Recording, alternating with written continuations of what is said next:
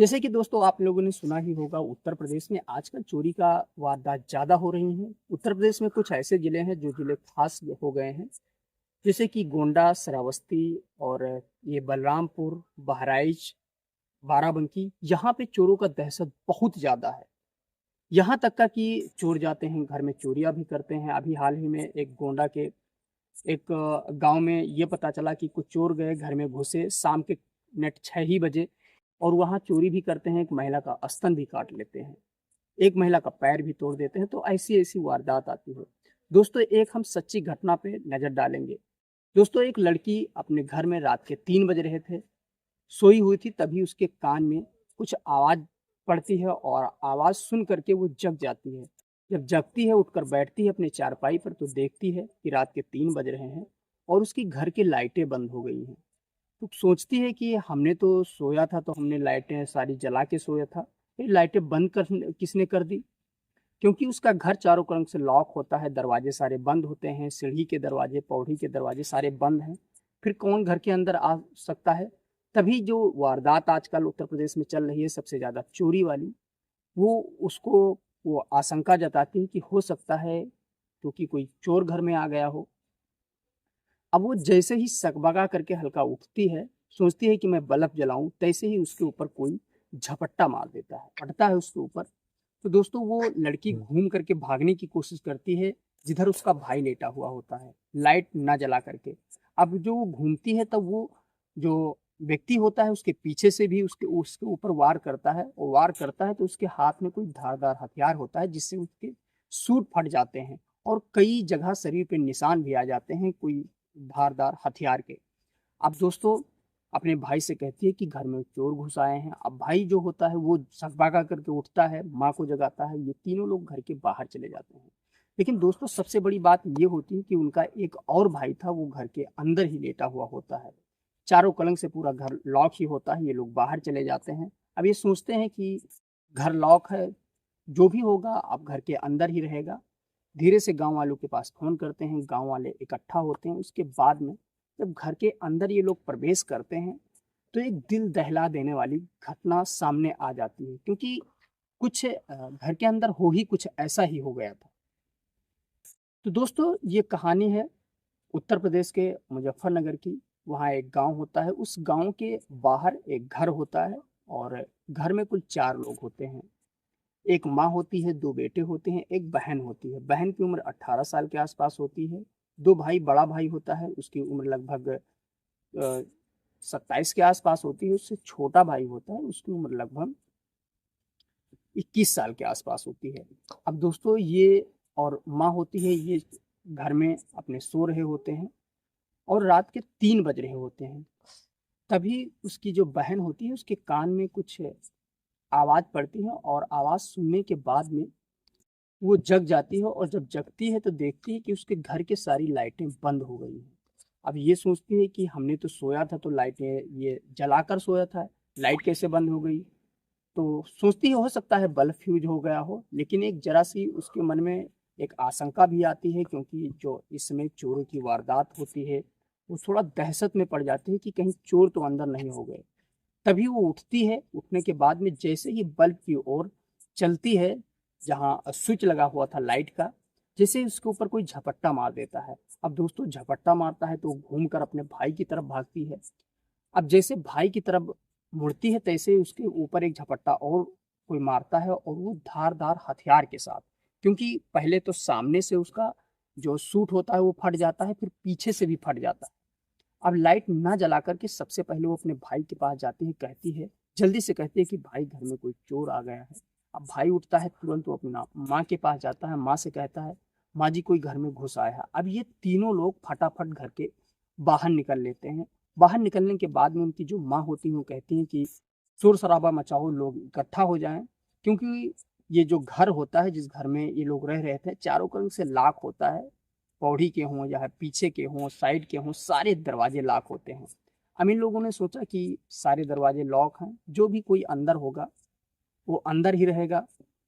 लेकिन दोस्तों सबसे बड़ी बात ये होती है कि इनका एक और भाई था, जो सबसे बड़ा भाई था, वो नोएडा में रह कर के कोई कंपनी में काम कर रहा होता है। उसका एक्सीडेंट हो जाता था, हो जा गया था। अब वो घर पे आता है दोस्तों, घर पे आता है तो वो इतना हालत उसकी डाउन थी, वो चल नहीं सकता था। तभी ये तीनों लोग घर से बाहर निकल गए थे, वो अंदर ही लेटा हुआ था।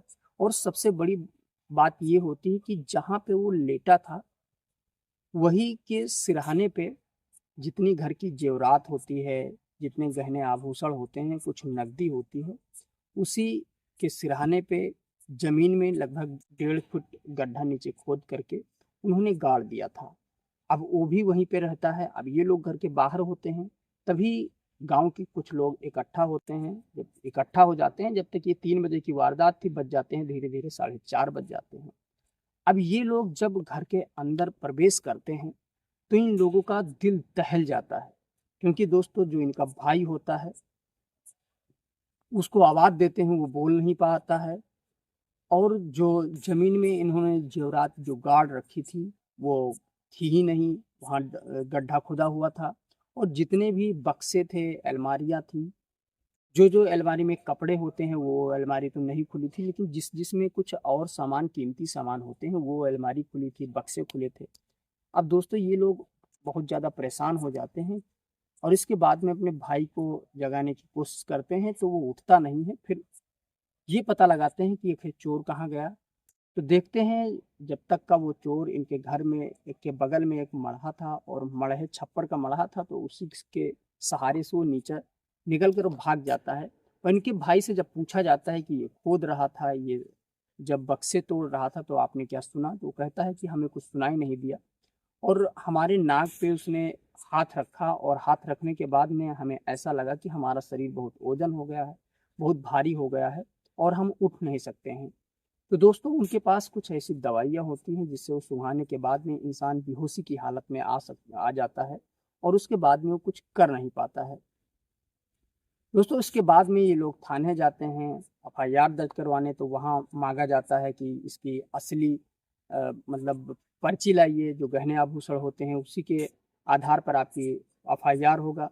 अब दोस्तों अक्सर लोग क्या करते हैं गांव में हैं कि जो गहने लेते हैं उसी में जो बैग होता है, उसी बैग में ही पर्ची भी डाल देते हैं।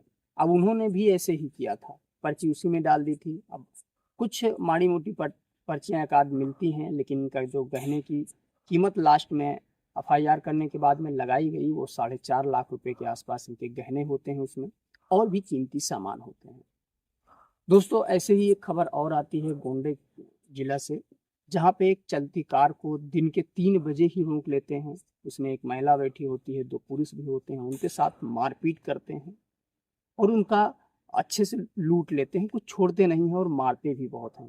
दोस्तों ऐसे एक हमारे गोंडा डिस्ट्रिक्ट से एक खबर आई है, जहाँ पर 2 महिलाओं को पहले तो कसकर पीटा गया, बहुत ज़्यादा मारा गया, पीटा गया। महिलाएं चिल्लाती रही कि जो कुछ ले जाना हो ले जाओ, लेकिन वो महिलाओं की एक भी न सुनते हैं, और ये वारदात शाम के 6 बजे ही हो जाती है। अभी हाल ही में आप लोगों ने जैसे सुना ही होगा कि एक व्यक्ति बैंक से आ रहा था पैसे लेकर के, और उससे रास्ते पूछने के बहाने में उसको रोकते हैं और उसके साथ मारपीट करते हैं, फिर उसके साथ छेड़खानी करते हैं, उसका जो पैसा होता है वो भी ले लेते हैं। तो दोस्तों आप लोग जहाँ रहें सतर्क रहें और सुरक्षित रहें, क्योंकि ये सारी अफवाह नहीं है, रियल है। हर जगह चोरी की वारदात है, पुलिस पकड़ नहीं पा रही है, कहीं ना कहीं पुलिस इस पे नाकाम जा रही है, बार बार नाकाम जा रही है। तो दोस्तों अब इस घड़ी में जो हमारे घर के बुजुर्ग लोग हैं वो थोड़ा ऐसे ही कम सोते हैं, तो उनकी ड्यूटी लगाई जाए कि वो रात भर पहरा दें, जागें। हमारे जो नौजवान हैं वो तो सो जाते हैं, लेकिन जो बूढ़े हैं उनको कम ही नींद आती है, तो उनका फर्ज बनता है कि वो रात भर जागें और पहरा दें। और घर में टार्च लें, टार्च और एक हथियार के साथ जरूर रहें, और हमेशा सतर्क रहें। जहाँ जैसे बाहर खेत की तरफ जाएं तो 2-3 लोग साथ में जाएं, अकेले ना जाएं। दोस्तों ऐसी ऐसी वारदात होती रहती हैं, और जैसे ही घटनाएं आगे बढ़ेंगी दोस्तों, इसके साथ एक नई घटना के साथ हम फिर पेश होंगे। तब तक के लिए नमस्कार।